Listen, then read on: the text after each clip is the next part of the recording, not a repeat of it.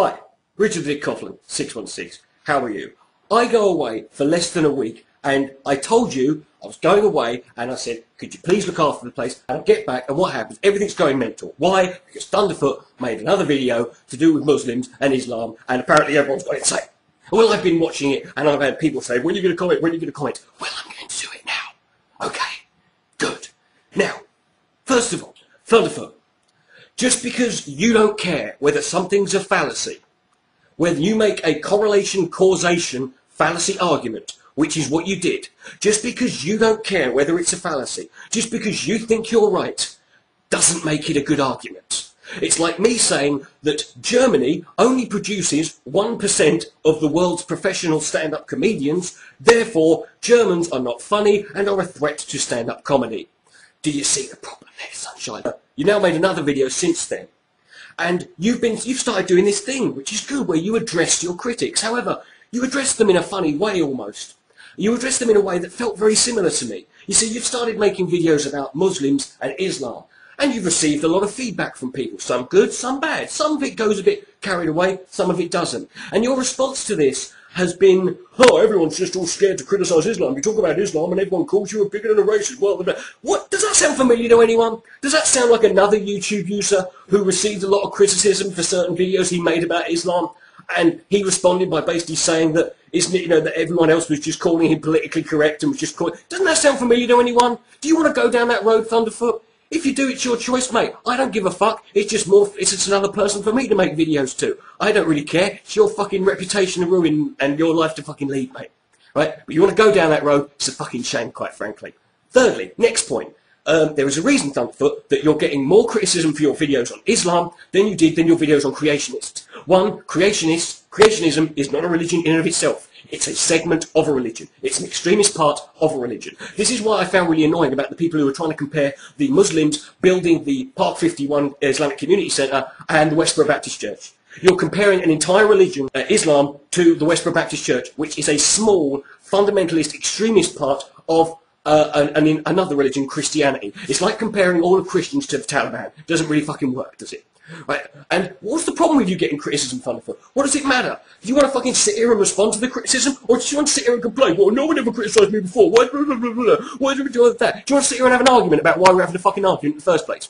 Right, do you want to do that? No. But then leave that, side that, doesn't fucking matter, Thunderfoot. And even if you have mentioned something in a video before, right, here's a little tip for you. Fucking repeat yourself, mate. Because some of us may not have seen those videos. And you've made a lot of videos, and I don't think it's fair that you expect everyone to go fucking through all your videos to see points that you brought up. Well, I said this 18 months ago. Yeah, well, I don't give a fuck. Say it again. I repeat myself all the fucking time, because I'm doing it for the benefit of the people watching my videos who may not have fucking seen it. But that doesn't matter either.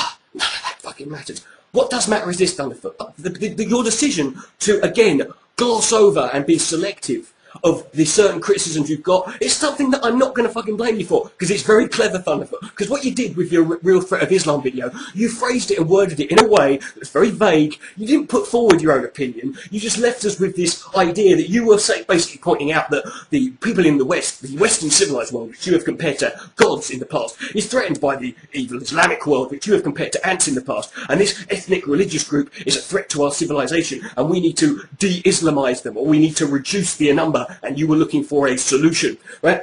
That was a very clever thing for you to do, Thunderfoot, because all the people, and to all the people who've done this, all the people who have made videos going down the Nazi, genocide, eugenics route, shame on you.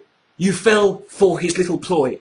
Because what I think Thunderfoot wanted to do was to make as many people think that as possible. And thereby doing that, he can then sit there in indignant rage. People are calling me a Nazi, and calling me Hitler, and claiming I want genocide, and want to perform eugenics, and I want to put all Muslims in a big fucking camp and set them on fire and dance around naked. No, Thunderfoot.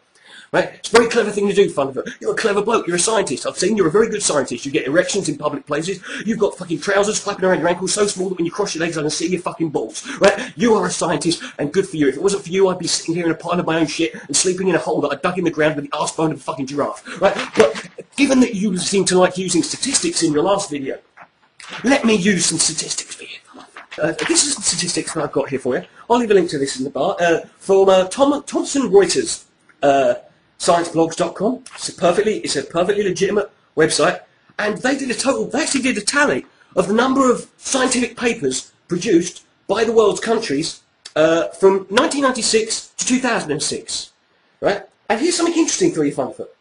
In 1996 to 2006, America, which is largely a Christian country, I mean, most of the people there are Christian. It's part of what you would perceive. If the East is the Islamic world, then you'd have to say that it's the Christian world. You can call it secular all you want. Most of the people there are fucking Christian, right? That's the society you live in. United States of America produced 2,907,592 scientific papers. China, largely an atheist country, produced 422,993. 1/6. Atheist China. China, where religion is banned, where most people are fucking atheists. Therefore, a society that is predominantly Christian is 6 times more scientific than a society that's mostly atheist. And there's fucking, how many billions of people live in China compared to the few hundred million in America? So I think we better start embracing Christianity now. We better sell our atheism out, because clearly, however, this is another thing, Thunderfoot. I read in an article, which I'll link again in the herpes bar, according to this article from New Scientist, this is from February 2010. According to this article, it is predicted that if current trends continue in the production of scientific papers, that by 2015, China will have even matched or even exceeded America. Now, what do you think's a bigger threat, Thunderfoot, to the Western world, to America? China,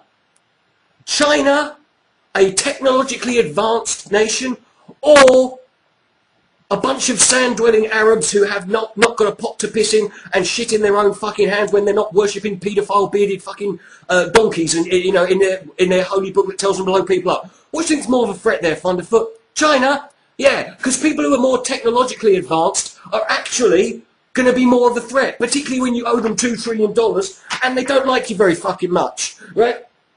So at that point, you've then got a case where atheism is the threat. Or is it communism? Oh, it doesn't matter, because you're not basing it on politics, Thunderfoot, because all you ever see in this fucking world are religion and fucking science. That's all that exists for you. Politics has never brought into it. You never brought politics into it, so you can't bring it into it now. So atheism is what China is representing, right? Your fucking rules, you're going to have to stick by them. But that doesn't even matter either, because here's an even better bit I can bring up for you, Thunderfoot.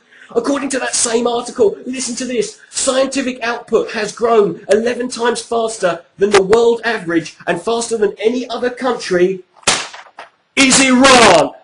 Iraniomania. Right? Iran is currently the fucking fastest growing country in terms of scientific output. It's 11 times fucking greater than any other country. How do they fucking do it? They've also just in Saudi Arabia, one of the kings down there has just funded a new university, which of course is archetypal of those fucking backward fuckers, isn't it? But it gets even better for you now, Thunderfoot, because are you ready for this bit? I'm going to read from another article. This is an article again from New Scientist, from a different article, but I'm going to read it. This is called Islam's House of Wisdom Will Rise Again. Science Can Flourish in the Muslim World Today. The guy who was interviewed in this article, why did Arabic science go in decline? Some say it went into decline in the 11th century because Islam suddenly took a turn of orthodoxy and conservatism and became anti-scientific. There's also an argument that it went into decline in the Mongol invasion in the 13th century, which destroyed Baghdad, including the House of Wisdom. The truth is that the decline in the Arabic science happened much more slowly than people think. There are great scholars in the Islamic world, all the way up to and including the 15th century, which is a little bit fucking... What did you say? That Islam hasn't changed for 800 years? Right? Get this one. So do you think that there is an element of racism to suppression of Arabic science? In a sense, yes. It's tied in with modern-day Islamophobia and the idea that all Muslims have backwards attitudes to life. Where have I seen people doing this? Anyway, from women to politics, and there's an additional tension because of fundamentalism and terrorism. So there is a natural tendency to think that surely these people could not really be more civilized and advanced than us. Do you know who that interview was, Thunderfoot? It was a guy called Jim Al-Khalili. He's the same guy who wrote the article that you linked in your fucking Real Threat to Islam video. Eat my stats. Richard Lee Coughlin, 616. Good night, may God be blessed.